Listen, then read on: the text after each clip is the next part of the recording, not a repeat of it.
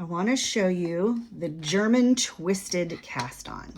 It is very similar to the slingshot method, just with a little extra motion in there, and it creates a really sturdy but also stretchy cast on, and I really like it.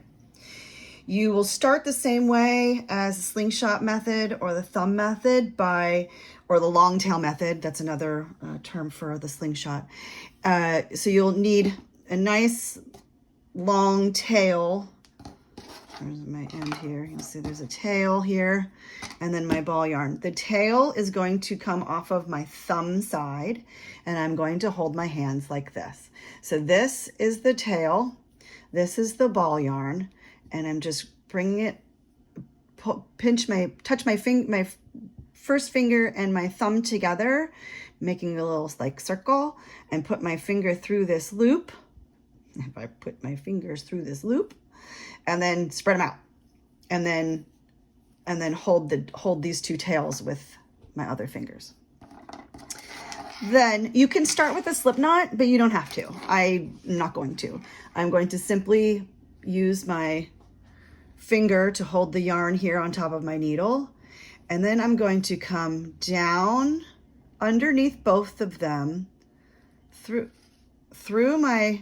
that loop. I'm going to wrap around my forefinger and come through this loop. I have two stitches on the needle. Again, coming under both, through the loop on my thumb, and then I'm coming around and picking up the yarn off my forefinger, and then I'm bringing it through this little hole right here, this little triangle. I find it to be easier and more ergonomic for my hands to not try and keep that little window open, but instead, once I come around and come through my thumb hole, I'll kind of bend my thumb and sort of touch it to my hand here so that this yarn doesn't go anywhere. And then I grab my forefinger yarn, the yarn that's draped over my forefinger, and bring it through and then tighten. So I'll speed it up now and you'll see I come down and under, through, bend my thumb, grab the forefinger, and it comes off. Under both, through the loop, off, pull underneath the forefinger yarn, pull that through the loop, release your thumb, tighten it down. Right hand needle tip under both, coming off of the thumb. The tip comes back through the window on the thumb. You can bend your thumb while you come around to the yarn coming off your forefinger, and bring that through the window and tighten it down. You could keep your fingers straight and come through that little triangle. It's just whatever is happiest for your hands and brain, whatever makes the most sense to you. Again, I go bend, loop, bend and pull through.